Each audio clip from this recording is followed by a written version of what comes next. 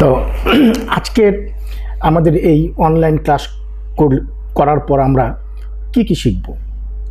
আমরা এই online class করার পরে আমরা শিখতে পারবো define the valvular heart disease, describe the some terms related valvular heart disease, explain the etiology of valvular heart disease, describe the clinical features of mitral stenosis and mitral regurgitations, and সর্বশেষ আমরা আরও জানতে পারবো যে nursing management of valvular heart disease. তো আমরা প্রথমে জানি ভালভুলার হার্ট ডিজিজটা কি। ভালভুলার হার্ট ডিজিজ, আমরা হার্টের মধ্যে ভালভ জানি না। আমরা ফার্স্ট ইয়ারের মধ্যে হার্টের অ্যানাটমি ফিজিওলজি পড়েছি, সেখানে আমরা ভালভ পড়েছি। হার্টের ভালভ কয়টা? চারটা ভালভ থাকে। এই ভালভগুলোর কিন্তু একটা কাজ আছে, তাই না? এই হার্ট যে আমাদের রক্তকে পাম্প করছে, সমস্ত শরীরে যাচ্ছে এবং সমস্ত শরীর থেকে রক্তগুলো আবার হার্টে আসছে। তো এক চেম্বার থেকে আরেক চেম্বার, এক চেম্বার থেকে আরেক চেম্বার, আরেক চেম্বার হতে আরেকটা ব্লাড ভেসেলে এই যে তাদের পদচারণা, এই পদচারণার মুখে মুখে একটা করে ভালভ থাকে, যে ভালভগুলো আমাদের হার্টের মধ্যে রক্ত ঢুকতে এবং হার্ট থেকে রক্তগুলো আমাদের সমস্ত শরীরে পৌঁছে দেওয়ার জন্য সে নিয়ন্ত্রণ রক্ষা করে। হ্যাঁ, এখন এই ভালভগুলো যদি কোনো কারণে ক্ষতিগ্রস্ত হয় অথবা সঠিকভাবে কাজ না করে, কারণ এই ভালভগুলির মধ্যে তোমরা অবশ্যই ফিজিওলজির মধ্যে দেখেছো, অ্যানাটমির মধ্যে দেখেছো যে হার্টের কিছু ভালভ রক্ত এক চেম্বার থেকে আরেক চেম্বারে যাওয়ার সময় সে ওপেন হচ্ছে, আবার যখন এক চেম্বার কন্ট্রাকশন করছে অন্য চেম্বারের ভালভটা ক্লোজ হয়ে যাচ্ছে। দুটা কথা আমি বললাম, একটা ওপেন হয়ে যাচ্ছে আরেকটা ক্লোজ হয়ে যাচ্ছে। যদি কোনো কারণে এই হার্টের ভালভের মধ্যে কোনো সমস্যা দেখা দেয়, তাহলে সে ওই যে ওপেন হওয়ার কথা সে সঠিকভাবে ওপেন হতে পারবে না, অথবা অন্য যে ভালভ ক্লোজ হওয়ার কথা সেই ভালভগুলো সঠিকভাবে ক্লোজ হতে পারবে না। এই সমস্যার কারণে ভালভের যে এই সমস্যাটা হচ্ছে, এই সমস্যাটাকে আমরা বলি ভালভুলার হার্ট ডিজিজ। আমি কি বুঝাতে পারতেছি সবাইকে? আচ্ছা, তাহলে আমাদের স্লাইডে কি বলছে একটু দেখি আমরা। আমাদের স্লাইডে যে valvular heart disease is characterized by damage or defect in one of the four hearted heart valves। আমরা বললাম এই চারটা ভালভের মধ্যে যে কোনো একটা ভালভ অথবা দু তিনটা ভালভ, একের অধিক ভালভও হতে পারে। যেমন কি ভালভ আছে? মাইট্রাল ভালভ আছে, অ্যাওর্টিক ভালভ আছে, ট্রাইকাসপিড ভালভ আছে, পালমোনারি ভালভ আছে, তাই না? Mitral valve, tricuspid valve control the flow of blood between the atria and ventricle, upper and lower chamber of the heart। এই জিনিসটা আমাদেরকে খেয়াল করতে হবে, ঠিক আছে? এই ভালভগুলির সমস্যা হলেই তখন সেটাকে আমরা বলবো ভালভুলার হার্ট ডিজিজ। ডেফিনেশনে আমার কি বলছে? ডেফিনেশনে বলছে valvular heart disease is a condition in which the valves are not able to open or close fully। দেখো, আমি কিন্তু প্রথমে এক কথাটা বলছিলাম যে আমাদের হার্টের মধ্যে যে ভালভ আছে, কিছু ভালভ ওপেন হয় এক চেম্বার থেকে রক্ত আরেক চেম্বার যাওয়ার জন্য, আবার হার্ট যখন ওই চেম্বার কন্ট্রাকশন করে তখন অন্য ভালভ বন্ধ হয়ে যায়, যাতে সেটা আবার এই উল্টা রক্তটা আবার ওইখানে চলে না যায়, ঠিক আছে? রিয়াজিটেশন না হয়, ঠিক আছে? হ্যাঁ, এই যে অবস্থা তাকেই বলা হয় valvular heart disease. Valvular heart disease. তো আমি ভালভুলার হার্ট ডিজিজ বলতে আমি বলছি কি, যদি সঠিকভাবে ওপেন না হয়, আরেকটা কি বললাম, সঠিকভাবে ক্লোজ না হয়।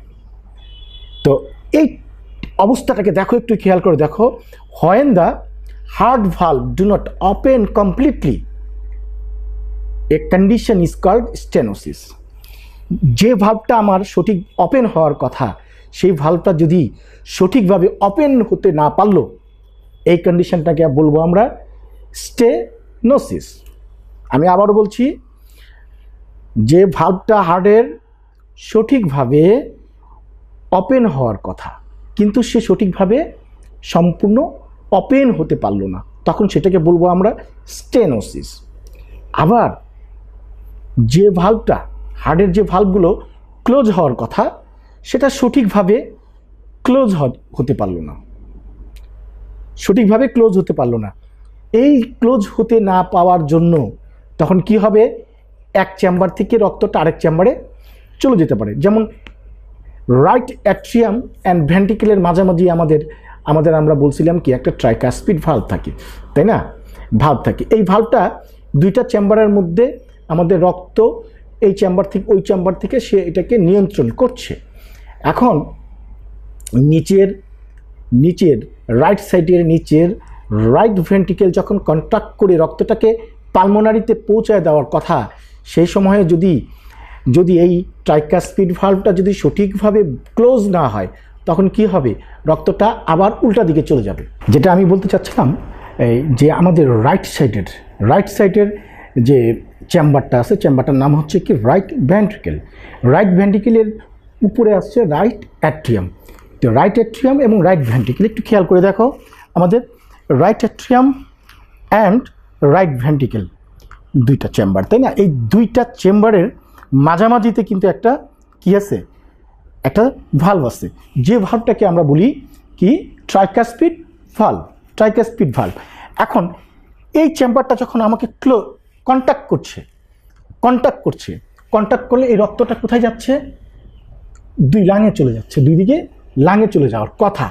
কিন্তু যখন এটা কন্ট্যাক্ট করে এই যে ট্রাইকাসপিড ভালভটা, তখন তো ক্লোজ হওয়ার কথা। যদি সে ক্লোজ হতে ঠিকমতো না পারলো তখন কি সমস্যা হবে, রক্তটা এই লাঙে না গিয়ে রক্তটা আবার রিভার্স করবে, উপরের দিকে চলে আসবে। যে রক্তটা কিন্তু আসছিল এখানে, কথাটা বুঝতে পারছো? তাহলে এই ভালভটা কিন্তু সঠিকভাবে সে কি হতে পারছে না, ক্লোজ হতে পারছে না। যদি ক্লোজ হতে না পারে তাহলে সেটাকে বলবো রিজার্জিটেশন। এখন কোন ভালভটা ক্লোজ হতে পারছে না, ট্রাইকাসপিড ভালভ, তাহলে কি হবে, এটা ট্রাইকাসপিড রিজার্জিটেশন। আবার এইখানে এই যে ভালভটা আছে, এই ভালভটার নাম হচ্ছে মাইট্রাল ভালভ। এখন মাইট্রাল ভালভটা যদি সঠিকভাবে ক্লোজ হতে না পারলো সেটাকে আমরা বলবো কি মাইট্রাল রিজার্জিটেশন। আর এই ভালভটা সঠিকভাবে সে ওপেন হওয়ার কথা, সঠিকভাবে সে ওপেন হতে পারলো না। সঠিকভাবে ওপেন না হওয়ার কারণে আমরা কি বলি জানো, স্টেনোসিস, অর্থাৎ ট্রাইকাসপিড স্টেনোসিস। আবার এই মাইট্রাল ভালভ যদি সঠিকভাবে ওপেন হতে না পারে তখন সেটাকে বলি মাইট্রাল স্টেনোসিস। আমি কিন্তু দুইটা টার্ম ব্যবহার করছিলাম ভালভের। একটা ভালভের কাজ আমি দুই রকমের বলছিলাম, যে ওপেন হওয়া এবং ক্লোজ হওয়া। ভালভ তার সঠিকভাবে এতটুকু ওপেন হওয়ার কথা, কিন্তু সে ওপেন হতে পারছে না, এতটুকু ওপেন হচ্ছে বা অর্ধেক হচ্ছে, তাই না? এটাকে বলা স্টেনোসিস। যে ভালভ ওপেন হতে পারছে না সেই ভালভের নাম অনুযায়ী আমাদের স্টেনোসিস হবে। যখন এই যে মাইট্রাল ভালভ সে সঠিকভাবে ওপেন হতে পারছে না, তাহলে মাইট্রাল স্টেনোসিস। আবার এই মাইট্রাল ভালভ যদি সঠিকভাবে ক্লোজ হতে পারছে না তখন সেটাকে বলবো আমরা মাইট্রাল রিজার্জিটেশন। আবার এই যে অ্যাওর্টিক ভালভ, এই অ্যাওর্টিক ভালভ যদি সঠিকভাবে ওপেন হতে পারলো না তাহলে অ্যাওর্টিক স্টেনোসিস। আবার এই অ্যাওর্টিক ভালভ যদি সঠিকভাবে ক্লোজ হতে পারলো না, ক্লোজ হচ্ছে না, তখন বলবো আমরা অ্যাওর্টিক রিজার্জিটেশন। ক্লিয়ার? তাহলে আমি দুইটা টার্ম আমরা এখানে ব্যবহার করেছি, স্টেনোসিস অ্যান্ড রিজার্জিটেশনস। সঠিকভাবে ওপেন হতে না পারলে স্টেনোসিস, আর সঠিকভাবে ক্লোজ হতে যদি না পারে ভালভ তখন সেটাকে বলি আমরা রিজার্জিটেশন। এখন যে ভালভ ওপেন হতে পারলো না সঠিকভাবে, ওই ভালভের নাম অনুসারে বলতে হবে ওই ভালভ স্টেনোসিস। আবার যে ভালভ ক্লোজ হতে পারলো না সেই ভালভের নাম অনুযায়ী আমরা বলবো ওই ভালভ রিজার্জিটেশন। সাপোজ আমরা দুইটা ভালভের কথা বলছিলাম, অথবা এই যে এখানে একটা ভালভ আছে এটাকে পালমোনারি ভালভ বলা হয়। কি বলে? Pulmonary valve. এখন এই ভালভ যদি সঠিকভাবে ওপেন হতে পারলো না তখন সেটাকে আমরা কি বলবো? Pulmonary stenosis. গুড। আবার এই পালমোনারি ভালভ যদি সঠিকভাবে ক্লোজ হতে পারলো না, তখন সেটাকে আমরা কি বলবো? পালমোনারি রিজার্জিটেশনস। ওকে, আমরা বুঝতে পারছি যে ভালভুলার হার্ট ডিজিজের মধ্যে আমাদের যে 4টা ভালভ আছে, একটা ভালভ, 2টা ভালভ, হ্যাঁ, ট্রাইকাসপিড, বাইকাসপিড। এই বাইকাসপিড ভালভটার আরেকটা নাম হচ্ছে গিয়ে মাইট্রাল ভালভ।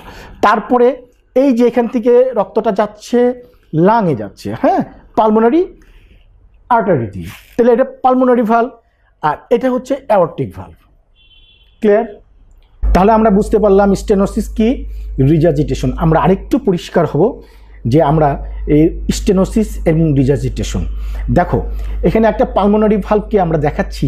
এই পালমোনারি ভালভটা এরকমের ওপেন হওয়ার কথা, যখন সে ওপেন হবে এরকমের ওপেন হবে। দেখো 3 কোণাচাভাবে সে ওপেন, কত বড় ওপেন হয়েছে। কিন্তু এই ভালভটা দেখো এখানে কি ওপেন হতে পারছে? অল্প একটু ওপেন হচ্ছে। তাহলে সমস্যাটা কোথায়? ওপেন হতে সমস্যা, হ্যাঁ, difficult to open, does not open properly, এটাকে বলি আমরা স্টেনোসিস। এখন যে ভালভটা সঠিকভাবে ওপেন হচ্ছে না, ওই ভালভের নাম, যে এটা পালমোনারি ভালভ, এটা পালমোনারি স্টেনোসিস।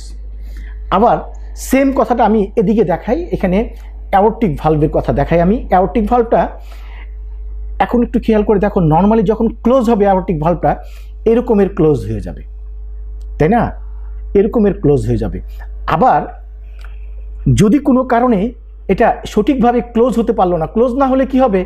এই রক্তটা কিন্তু আবার রিভার্স করবে, তাই না? ক্লোজ হতে পারলো না, তাহলে সঠিকভাবে যদি ক্লোজ হতে না পারে সেটাকে বলছিলাম রিজার্জিটেশন। এখন কোন ভালভটা ঠিকমতো ক্লোজ হতে পারছে না, কোন ভালভটা ক্লোজ হতে পারছে না, সেটা হচ্ছে অ্যাওর্টিক ভালভ। তাহলে এটাকে বলবো আমরা অ্যাওর্টিক রিজার্জিটেশন। ক্লিয়ার? আমরা এতক্ষণে জানলাম স্টেনোসিস অ্যান্ড রিজার্জিটেশন দুইটা সম্পর্কে। এখন আমরা জানবো aetiology of the valvular heart disease. আমরা এতক্ষণ আমরা মোটামুটিভাবে জেনেই গেছি স্টেনোসিস কোনটা, রিজার্জিটেশন কোনটা, তাই না? আচ্ছা, এখন ইটিওলজি কারণগুলো আমরা জানি। মাইট্রাল স্টেনোসিসটা কেন হবে? ইনফেক্টিভ এন্ডোকার্ডাইটিস, যে টার্মগুলি আছে এই টার্মগুলি আমরা ফার্স্ট ইয়ারে পড়েছি অ্যানাটমি ফিজিওলজিতে, সেকেন্ড ইয়ারও আমরা কিছু সাবজেক্ট টপিকের সাথে রিলেটেড ছিল সেটাও আমরা পড়েছি, থার্ড ইয়ারে আমরা বিস্তারিত পড়তে যাচ্ছি। তাহলে মাইট্রাল স্টেনোসিস কি কারণে হচ্ছে? ইনফেক্টিভ এন্ডোকার্ডাইটিস, তারপরে calcification of the valve, leaflet, ওই যে ভালভের যে লিফলেটগুলো আছে পাতার মতো যেটা বন্ধ করতেছে, ঠিক আছে, সেটার মধ্যে ক্যালসিফিকেশন হয়ে শক্ত হয়ে যাচ্ছে, সেটা সঠিকভাবে কি হচ্ছে না, ওপেন হচ্ছে না, তাই না? এই জন্য, কারণ শক্ত হয়ে গেলে পাতাটা, ওই বাল্বটা কি বন্ধ হবে?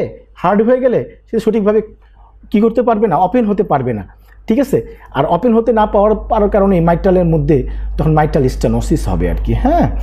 আচ্ছা, তারপরে দেখো মাইট্রাল রিজার্জিটেশনস, সেটাও দেখো মাইট্রাল ভালভ প্রলাপস যদি হয়ে যায়, coronary artery disease and infective endocarditis. তারপরে অ্যাওর্টিক স্টেনোসিসটা কেন হচ্ছে?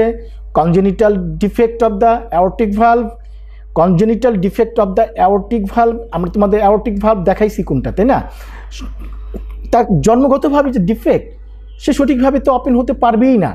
তারপরে এর মধ্যে ক্যালসিফিকেশন পরে যদি ওই ক্যালসিয়াম জমে ওই জায়গাটা শক্ত হয়ে যায় ভালভ, সে কি সঠিকভাবে ওপেন হতে পারবে?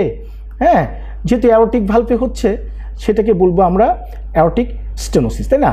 এই কারণে হচ্ছে। আবার অ্যাওর্টিক রিজার্জিটেশনটা কেন হচ্ছে? Infective disorder such as rheumatic fever, syphilis, infective endocarditis. এই কারণে আমাদের কি হতে পারে? ভালভুলার হার্ট ডিজিজ হতে পারে। তাহলে আমরা এতক্ষণে জানলাম যে aetiology of the valvular heart disease. এখন আমরা একটু ক্লিনিক্যাল ফিচারটা পড়ি, যে মেনলি আমরা দেখছি যে দুটা ভালভের কথা আমরা কেন বারবার করে বলছি, হ্যাঁ, মাইট্রাল স্টেনোসিস, অ্যাওর্টিক স্টেনোসিস। কারণ হার্টের মধ্যে যে দুইটা ভালভ আছে, এই দুইটা ভালভের প্রতি কিন্তু প্রেশার একটু বেশি পড়ে।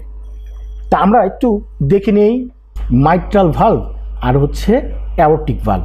কারণ এখানে দেখো চেম্বারের মধ্যে আমরা কিন্তু এই দুই রকমের চেম্বার আমরা জানি। একটা হচ্ছে রিসিভিং চেম্বার আর একটা হচ্ছে পাম্পিং চেম্বার।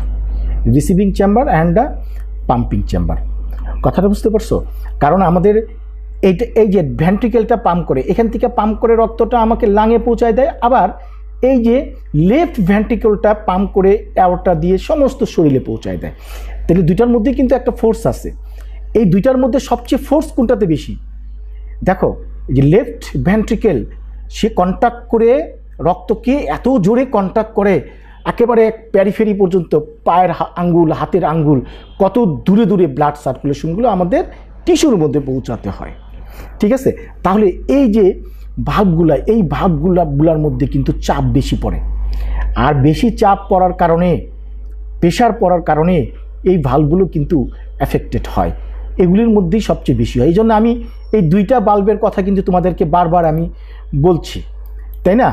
আচ্ছা, এখন আমরা মাইট্রাল স্টেনোসিসটা আমরা জানি কি, কারণ মাইট্রাল ভাল্ব সে সঠিকভাবে ওপেন হতে পারছে না। এখন সঠিকভাবে যদি ওপেন হতে না পারে তাহলে কি হবে? ঘটনাটা কি হবে একটু দেখো। ঘটনাটা কি হবে যদি মাইট্রাল ভাল্বটা যদি সঠিকভাবে ওপেন না হতে পারে? এই যে মাইট্রাল ভাল্ব, এই ভাল্বটা সঠিকভাবে যদি ওপেন হতে না পারে, এই যে এটা লেফট অ্যাট্রিয়াম, এই লেফট অ্যাট্রিয়ামের লাং থেকে অক্সিজেনেটেড ব্লাড সে রিসিভ করে এইখানে আসে। এখন এখান থেকে রক্ত যদি এই লেফট ভেন্ট্রিকেলে না আসতে পারে সঠিক রক্ত, তাহলে কিভাবে এই ভেন্ট্রিকেলটা আমাদের অক্সিজেন যুক্ত রক্ত আমাদের শরীরের চাহিদা পূরণের জন্য বিভিন্ন টিস্যুর মধ্যে পৌঁছায়া দিবে? দেখো, তাহলে কি হবে? এই রক্তগুলো আবার রিভার্স করবে। এই রক্তটা এখানে কোত্থেকে আসছিল? এই যে আমি বললাম, এই রক্তটা আমাদের এই যে এখানে একটা লাং, এখানে একটা লাং, এই দুই লাং থেকে অক্সিজেনেশন হয়ে এক্সচেঞ্জ হওয়ার পরে, হ্যাঁ, সে আবার ফেরত আসছে অক্সিজেন যুক্ত, অক্সিজেনেটেড ব্লাড এইখানে আসছে। ঠিক আছে? এখন যেহেতু এখানে ওপেন হচ্ছে না, ওপেন না হওয়ার কারণে এই রক্তগুলো আমার কি করতে হচ্ছে না, লেফট ভেন্ট্রিকেলে আসছে না। আর লেফট ভেন্ট্রিকেলে না আসার কারণে লেফট ভেন্ট্রিকেল সে পাম্প করে রক্তটাকে সমস্ত শরীরে পৌঁছে দিতে পারছে না। তখন কি হয়? এই জায়গাটা আস্তে আস্তে বড় হয়ে যায়, এই জায়গাটা আস্তে আস্তে, কারণ সে রক্তটা, যে পরিমাণ রক্ত লাং ওই অক্সিজেন এক্সচেঞ্জ করার পরে অক্সিজেন রক্ত যেখানে আসতেছে, কিন্তু এই রক্তটা তো এখানে পাস হচ্ছে না, কারণ এখানে কি হচ্ছে? স্টেনোসিস, অর্থাৎ মাইট্রাল স্টেনোসিস হওয়ার কারণে। তাহলে কি হচ্ছে? রক্তগুলি চলছে লাঙে, তো লাঙের মধ্যে রক্তের পরিমাণটা বেশি হয়ে যাচ্ছে, একটা প্রেশার পড়তেছে লাঙের মধ্যে, কনজেস্টেড হয়ে যাচ্ছে লাং, তাই না? আচ্ছা, এখন এটা আমরা জাস্ট মাইট্রাল স্টেনোসিস কথা বলতেছি, এই ক্লিনিক্যাল ফিচারটা বোঝানোর জন্য তোমাদেরকে এখানে আসলাম। এখন আমরা ক্লিনিক্যাল ফিচারটা আমরা দেখি, রেস্টলেস অ্যান্ড ফ্যাটিক। কারণ মাইট্রাল স্টেনোসিস হলে আমাদের রেস্টলেস হবে এবং আমরা ফ্যাটিক, ভাল লাগবে না। ডিসনিয়া অন এক্সারশন, ডিসনিয়া, শ্বাসকষ্ট হবে। কেন শ্বাসকষ্ট হবে? কারণ অক্সিজেন যুক্ত রক্ত সে তো ওই যে লেফট ভেন্ট্রিকেলে আসতে পারতেছে না, কারণ মাইট্রাল স্টেনোসিস হওয়ার কারণে। আর না আসার কারণে লেফট ভেন্ট্রিকেল আমাদের বডির টিস্যুর অক্সিজেন চাহিদা অনুযায়ী সেই পরিমাণ অক্সিজেন বা অক্সিজেনযুক্ত রক্ত সে পাম্প করতে পারছে না, যার জন্য একটা ক্রাইসিস সৃষ্টি হচ্ছে। তখন যে কোনো কাজ করতে গেলে একটা শ্বাসকষ্ট হবে, কারণ তার অক্সিজেনের ক্রাইসিসটা বেড়ে যাবে। অর্থোপনিয়া এভাবে ভালো আছে, কিন্তু শুলে তার শ্বাসকষ্ট, আবার উঠাই দিলে সে ভালো। ঠিক আছে? প্রক্সিমাল নকটার্নাল ডিসনিয়া, রাতের বেলা শ্বাসকষ্টে হঠাৎ করে ঘুম ভেঙে যাবে। তারপরে হেমোপটাইসিস অর্থ জানি কি? আমরা ছোটোবেলায় আমরা ফার্স্ট ইয়ারে এবং সেকেন্ড ইয়ারে পড়েছি, তাই না? কফিং out of blood from the lung is known as hemoptysis. কেন? কারণ লাঙের মধ্যে কিন্তু রক্তের প্রেশারটা ওই যে মাইট্রাল স্টেনোসিস হওয়ার কারণে রক্তটা লেফট অ্যাট্রিয়াম থেকে লেফট ভেন্ট্রিকেল আসতে পারছে না, না আসার কারণেই সে লাঙের মধ্যে কিন্তু রক্তের চাপ, কনজেশন বেশি হয়ে যাচ্ছে। তখন কাশির কারণে শ্বাস নিতে কষ্ট হচ্ছে, তখন কি হতে পারে? হেমোপটাইসিস, কফের সাথে রক্ত আসতে পারে। পিটিং ইডিমা তো তোমরা জানোই, হাতে পায়ে পানি আসবে, চাপ দিলে কোথায় কোথায় আমার চেক করতে হয় সেটা আমাদের হেলথ অ্যাসেসমেন্টে আমাদেরকে পড়ানো হয়েছে, তাই না? অ্যাট্রিয়াল ফিব্রিলেশন মানে অতিরিক্ত ইরেগুলার ফোর্সফুল, মানে খুব ফাস্ট আমাদের পালস রেটগুলো, হার্টবিটগুলো চলবে। তারপরে হ্যাপাটোমেগালি হতে পারে। হ্যাপাটোমেগালি, হ্যাপাটো মানে হচ্ছে লিভার, মেগালি মানে বড়, লিভারটা বড় হয়ে যেতে পারে। তারপরে লবুলিয়াম পালস, লবুলিয়াম পালস, পালসটা খুব লবুলিয়াম, কারণ লবুলিয়ামটা এই জন্য আসবে, কেন আসবে লবুলিয়াম একটু খেয়াল করে জানো। দেখো যে আমাদের লেফট ভেন্ট্রিকেল তো আমার পরিমাণ রক্ত পাচ্ছে না, অল্প রক্ত পাচ্ছে, কারণ ওই কি বাল্বটা বন্ধ, ক্লোজ ঠিক মতো ওপেন হতে পারছে না, ও না হওয়ার কারণে পরিপূর্ণ রক্তগুলো আর হার্টের এই লেফট ভেন্ট্রিকেলে ঢুকছে না, যার জন্য লেফট ভেন্ট্রিকেল অল্প রক্তকে পাম্প করছে, তখন ভলিউমটা আমরা কম পাই। তারপরে ডিস্টেনশন অফ নিক ভেন, আমাদের নিকের যে জগুলার ভেনগুলো আছে এগুলো ডিস্টেনশন হয়ে যায়। হ্যাঁ, আচ্ছা, এটা জানলাম আমরা clinical feature of mitral stenosis, mitral stenosis. এখন যদি উল্টাভাবে যদি আমরা এখন পড়াতে যাই, মাইট্রাল রিজার্জিটেশন, ওই যে আমি এতক্ষণ পড়ালাম মাইট্রাল স্টেনোসিস, সঠিকভাবে ওপেন হচ্ছে না মাইট্রাল ভালভ, আর এখন বলতে চাচ্ছি মাইট্রাল রিজার্জিটেশন, অর্থাৎ সঠিকভাবে ভালভটা ক্লোজ হচ্ছে না। দেখো একই জায়গায় উদাহরণ দিয়ে তোমাদের বোঝানোর চেষ্টা করছি। এটার মধ্যেও দেখো একই সেম জিনিস কিন্তু হচ্ছে, দেখো, কারণ সঠিকভাবে ক্লোজ না হওয়ার কারণে যখন লেফট ভেন্ট্রিকেলটা আরেকটু দেখাই, দেখো আমি আরেকটু দেখাই, ছবিটা দেখালে মনে হয় তোমরা ক্লিয়ার হয়ে যাবে। এই যে লেফট ভেন্ট্রিকেলটা যখন কন্ট্রাক্ট করে তখন অ্যাওর্টিক ভালভটা খুলে অ্যাওর্টা দিয়ে রক্ত সমস্ত শরীরে চলে যায়। এটা যখন লেফট ভেন্ট্রিকেল যখন কন্ট্রাক্ট করবে তখন এই ভালভটা স্বাভাবিক নিয়মে ক্লোজ হয়ে যাওয়ার কথা, কারণ ক্লোজ হয়ে গেলে তখন এখানে চাপটা পরিপূর্ণভাবে আসে, অ্যাওর্টিক ভালভটা খুলে যায়, রক্তটা অ্যাওর্টা দিয়ে সমস্ত শরীরে চলে যাচ্ছে। কিন্তু সমস্যাটা হচ্ছে এই মাইট্রাল ভালভ সঠিকভাবে সে ক্লোজ হতে পারছে না, অর্থাৎ মাইট্রাল রিজার্জিটেশন। তখন কি হবে, এই চেম্বারটা যখন কন্ট্রাক্ট করবে তখন কি হবে, রক্ত তো এখানে যাবে, কিছু রক্ত আবার সে উল্টা দিকে রিভার্স করবে, উল্টা দিকে কোথায় চলে যাবে, লেফট অ্যাট্রিয়ামের যুক্ত কি আছে, দুই দিকে লাং, সে আবার লাঙের মধ্যেও আবার কিছু রক্ত চলে যাবে। কথাটা বুঝতে পারছো? হ্যাঁ, দেখো দুইটা কিন্তু প্রায় কাছাকাছি।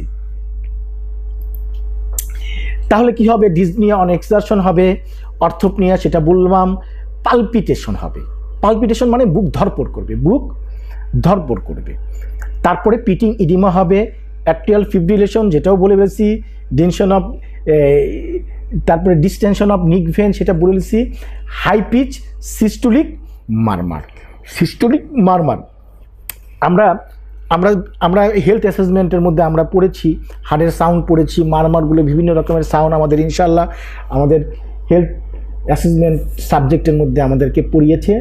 তো আমরা তো মোটামুটি জানলাম যে clinical feature of mitral stenosis and mitral regurgitations, clear. এখন আমরা আসব নার্সিং ম্যানেজমেন্ট। আমরা শর্টলি একটা নার্সিং ম্যানেজমেন্ট আমরা জানি যে bed rest in comfortable position, রোগীকে বেড রেস্ট রাখতে হবে, administer all medication as prescribed by doctor, যে হ্যাঁ ডক্টর যে আমাদের ফিজিশিয়ান যে প্রেসক্রাইব করবে সেই অনুযায়ী আমাদের তাকে টাইম টু টাইম আমাদের ওষুধগুলি খাওয়াতে হবে। তারপরে assess mental status, restlessness, severe anxiety and confusion আমাদের অ্যাসেস করতে হবে, এবং রুগীকে সবসময় রিল্যাক্স থাকতে হবে, তাই না? আর এগুলির দায়িত্ব কিন্তু সম্পূর্ণ আমাদের নার্সদের উপর। তারপরে monitor and record the TPR regularly, মানে কি, টি অর্থ temperature, pulse and রেসপিরেশনস।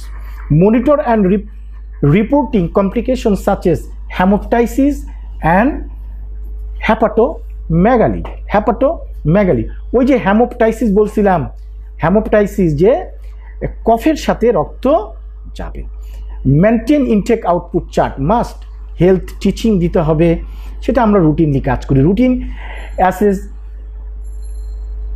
Health skin colour, temperature, cold clammy skin is secondary to compensatory increase in systemic nervous system stimulate and low cardiac output and desaturation।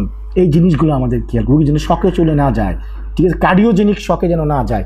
কারণ valvular heart disease হয়েছে, যে কোনো সময় heart fail করতে পারে, সেখানে fail করে cardiogenic শকে চলে যেতে পারে রুগীটা, সেদিকে আমাদের খেয়াল। তারপরে ডিসচার্জ প্ল্যান, রুগীটা যদি হসপিটাল ডিসচার্জ করে ডিসচার্জ প্ল্যানিং করতে হবে, কিভাবে রুগীটা বাসায় গিয়ে সে নিজেকে অ্যাডাপ্টেশনে নিয়ে আসবেন, সে কিভাবে ওষুধগুলি খাবেন, কিভাবে বাথটুব করবেন, কিভাবে শোবেন, কিভাবে গোসল করবেন, কিভাবে চলাফেরা করবেন, কার সাথে কেমন আচরণ করবেন, এমন উদ্বিগ্ন হওয়া যাবে না, জোরে জোরে রাগারাগি করা যাবে না, ঝগড়া বিবাদ করা যাবে না, তাই না, বেশি পরিশ্রমের কাজ করা যাবে না, কারণ ভালভের মধ্যে চাপ পড়বে।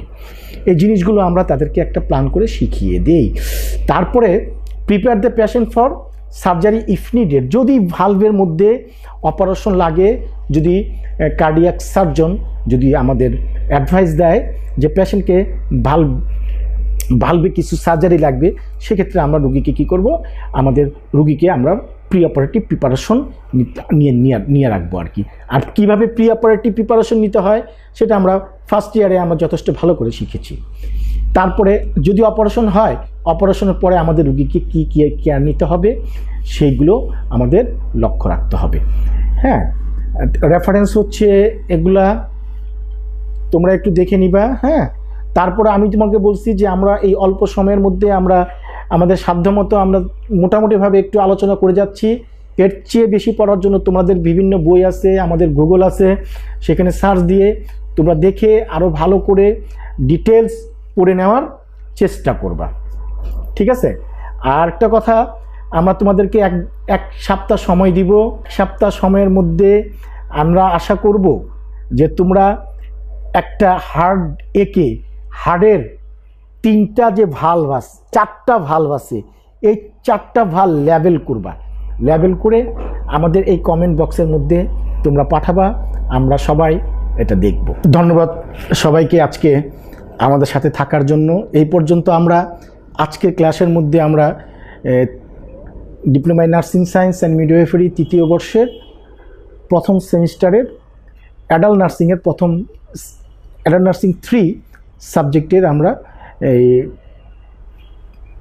ফার্স্ট সেমিস্টারের টপিক ভালভুলার হার্ট ডিজিজ সম্পর্কে আমরা আলোচনা শুনেছি। তো আশা রাখি সবাই তোমরা বুঝতে পেরেছ, এবং আমাদের সাধ্যমতে অল্প সময়ের মধ্যে আমরা চেষ্টা করছি তোমাদেরকে কিছুটা হোক জ্ঞান দেওয়ার জন্য।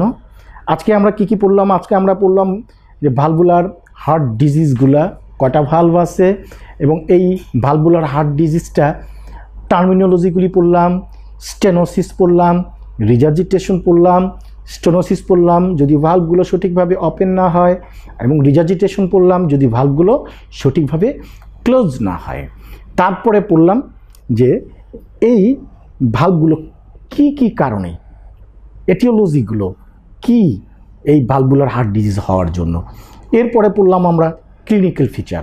তো আমরা 2টা ভালভের কথা বলছিলাম, যে 2টা ভালভ সবচেয়ে বেশি অ্যাফেক্ট করে, কারণ মাইট্রাল ভালভ এবং অ্যাওর্টিক ভালভ, এই 2টা ভালভকে কিন্তু বেশি ইনভলভ করে, কারণ এখানের মধ্যে রক্তের ফোর্স খুব বেশি, হার্ট কন্ট্রাকশন করে, খুব জোরে হার্ট কন্ট্রাকশন করার কারণে mitral valve and aortic valve 2টার মধ্যে প্রেশার বেশি পড়ছে। এই জন্যই দুইটা ভালভই আমাদের ইনভলভ করে, সবচেয়ে বেশি করে মাইট্রাল ভালভ।